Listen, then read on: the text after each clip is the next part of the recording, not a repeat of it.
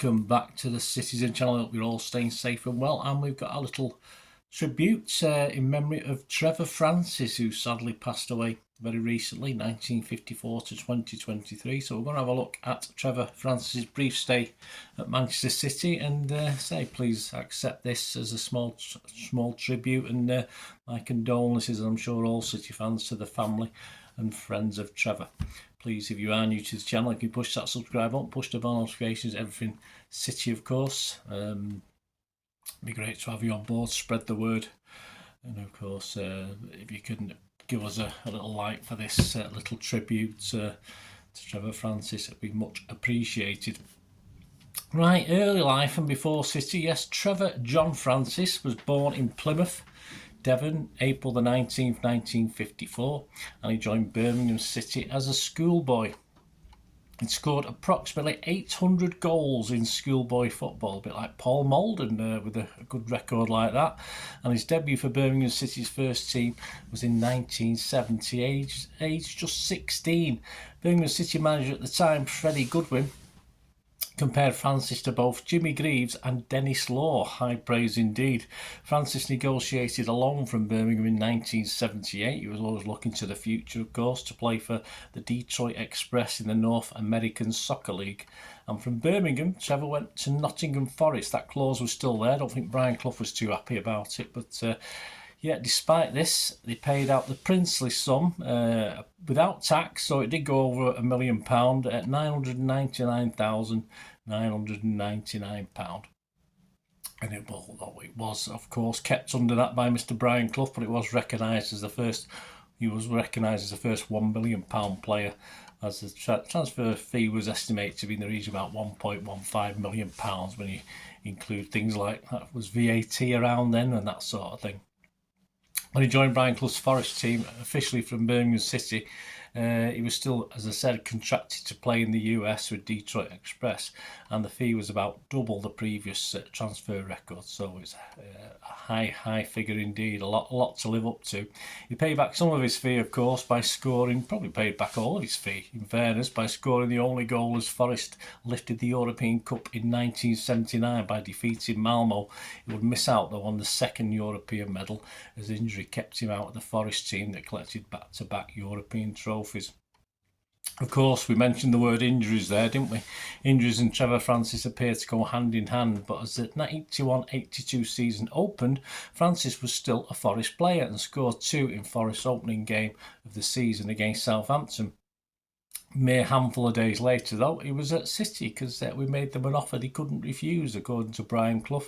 John Bond wanted to improve on the previous season's FA Cup final runners-up achievement and a mid-table finish by going perhaps one better in the FA Cup and having a tilt at the title this season. And Bond believed, despite the injury record that Francis had, he was one of the elements to bring glory back to Main Road. Only United and Liverpool were attracting larger home average attendances at the time, so the fans were getting behind the club.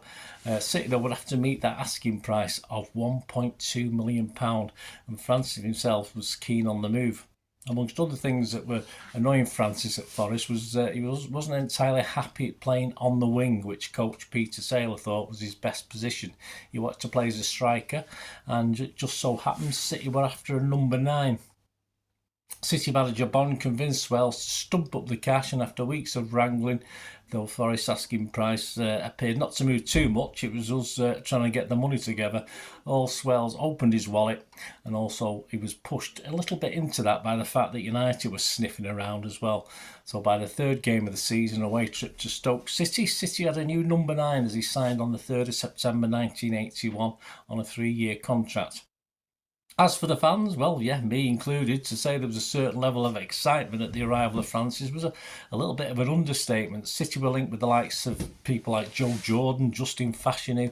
Peter Barnes' return was hailed as possibility as well. And we'd already picked up, well, Martin O'Neill, so it wasn't great, but Francis would be the jewel in the crown, although apart from John's son Kevin, who later joined us, further recruits were rather thin on the ground. If City weren't winning the football war on the pitch, off it, signing the likes of Francis meant we were winning the media battle, and it even forced United to sack their dour manager Dave Sexton and bringing a more flamboyant Ron Atkinson to try and gain ground on us. One thing Swells was pretty good at was playing with the media. City's 2 games before Francis signed had been a 2-1 home win against West Brom and a 1-1 draw at Notts County. And on arrival, Francis was delighted with the club and the facilities. He'd already been sold this as far as City's ambitions were concerned by John Bond, but obviously he'd seen the facilities. He said it was without doubt the best club I'd been to as a footballer at the time, he said. He would make his debut, of course, famously at Stokes Victoria Ground on the 5th of September 1981. No doubting many Blues would have made the short trip anyway to the Potteries, but the attraction of Trevor Francis possibly doubled or trebled that away support that day, and Stoke had to give over more of the ground to the visitors. In a crowd of just over 20,000, estimates of anywhere between 10 and 12,000 Manchester City fans have made the trip in the sunshine. The City 11 for that debut: Corrigan, Ransom, McDonald, Reid, Power, Creighton, O'Neill, Gow, Francis, Reeves, Hutchinson, and the sub was Boyer. Of course, Trevor will score 2 and set up a third. The headlines the next day: News of the World, Bond £1 million boy strikes it rich. Sunday Mirror, what a belter. Sunday Times, fans flock to 2-goal Francis. Sunday Express, Bond's Superman is an instant hit. Sunday People, 10 out of 10 for City's millionaire, out of this world Trev. Daily Mirror, Francis away like a dream. The Star, Trev's in a class of his own. Francis himself said, I joined City to score goals and provide them as well, so I've been delighted with the start. I think we all were. On the fans, he said, I couldn't quite believe the support City had at the match. The vocal support for City was remarkable. They are much more fanatical than I ever imagined. It was estimated Francis also put about 6,000 on our next home game, as over 42,000 turned up for a 1-1 draw with Southampton on the 12th of September.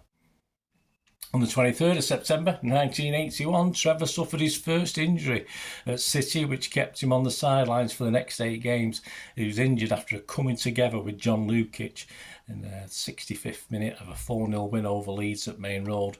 Bond was not overly complimentary about the Leeds' physical style of play.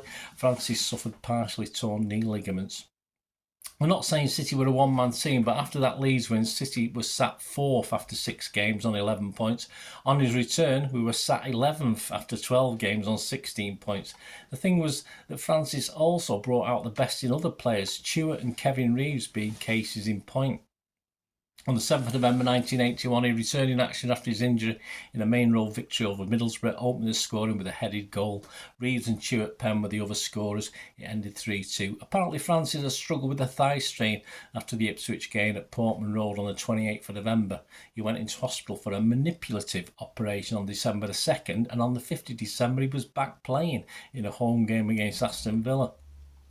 On the 19th of December, an injury to Dennis Stewart would end his season, and what was a budding great partnership, of course, between these two. It was really building. City had lost at home to Sunderland 3-2, with Francis scoring both City goals in front of just short of 30,000 fans on a snowy day. Francis had now totalled 150 league goals in his career. On the 28th of December, City hit top spot in the league. Okay, teams had games in hand. Southampton, United, Ipswich, Spurs, Forest, Arsenal and West Ham could all go above City. They won the games in hand.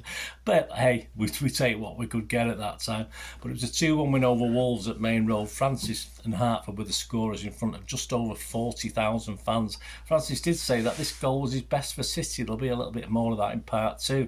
The City magazine in October 2002 described the events. It said with less than 5 minutes on the clock, Corrigan launched a mighty clearance into the Wolves half, and defender George Berry, remember him, could only direct his header into Francis's path. Francis took half a dozen steps forward and lashed a thunderous drive into the back of the net from the edge of the box. Main Road erupted and the Blues held out in the final nervous moments to win 2-1. The celebrations at the final whistle were testament enough to how the City fans felt about topping the table for the first time in 4 years. Manager Bond claimed that was the greatest goal Trevor will score if he plays to his 150. It was a nothing ball and a nothing situation, yet he turned it into a winner. On the 2nd of January 82, we were going to quest to go one better in the FA Cup, and Francis scored 2 FA Cup goals for City in a 3-1 win over Cardiff City at Main Road in front of 31,547, and in front of a similar crowd, 31,941. Francis scored the equaliser in a 1-1 draw with Stoke at home on January the 9th. And there's a great image will pop up there of City legend and then Stoke player Mike Doyle, who's can only look on in admiration as he scores the goal. City's FA Cup journey that season will come to a shuddering halt with a 3-1 home defeat on the 23rd of January. Attendance again over 31,000 against Coventry City. This was Trevor's 13th start on the run. Had his injuries appeared to be behind him? Probably not. On the 30th of January, other teams were by now catching us up on games played, but we sat fourth, we were okay, and the City hit 4 in a 4-2 win over Birmingham City. Francis and Reeves both scored a brace. On the 13th of February, City scored 4 at home again, with Francis chipping in, 4-0 win over Brighton. After this victory, City sat 5th, but that was good as it was going to get. We would only win 3 more of the remaining 17 league games. Francis would only start 9 of them. He missed a couple through suspension, more of that soon, and he added just 2 more goals to his tally. He'd missed through injury a 1-1 draw with United at Old Trafford on the 27th of February, and also a trip to his previous employers Forest on the 13th of March, although Mr. Brian Clough was waxing lyrical in the programme about him. After a too early return against Arsenal on March the 6th, he was forced off injured again. So please join me in part 2. Yes, as he gets his marching orders in a home game with Everton, and he sums up his and City's season in his own words before Swells moves him on.